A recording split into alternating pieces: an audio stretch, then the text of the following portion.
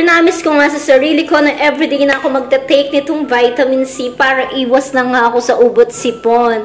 Dahil ngayon nga, paiba-iba ang panahon guys. Minsan malamig, minsan mainit, minsan biglang aambon. Kaya naman, magba-vitamin C na everyday ang buleng. Eto nga si Vival Vitamin C.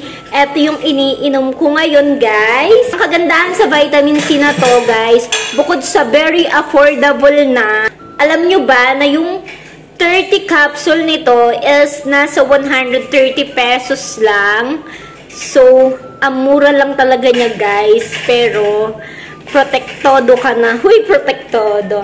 At ang kagandahan pa sa vitamin C na to, sa ascorbic acid na to, is hindi siya masakit sa sikmura kasi non-acidic na siya.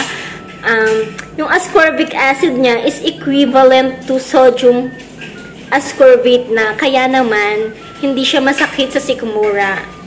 Usually, di ba, kapag yung mga ascorbic acid is masakit siya sa sikmura, lalo na kung hindi ka pa kumakain, tapos iti-take mo siya. Eto, okay lang, kahit wala pang laman ng tiyan mo, pwede mo na itong i-take.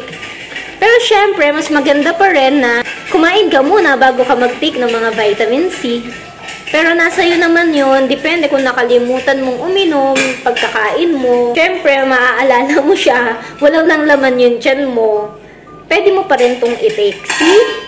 Vival C ascorbic acid.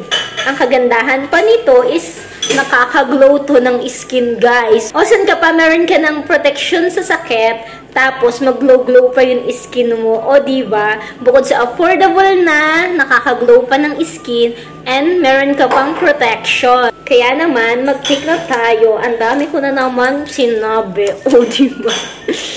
Tayo, guys. So, kung hindi ka pa nga rin nagtatik ng vitamin C and gusto mong mag-inom ng vitamin C, I recommend Vival C. Ilagay ko na nga lang ho sa yellow basket ang link para maka-order ka na nga rin ho. Yun lang ho. Thank you for watching. Kuting-ting. Bye-bye!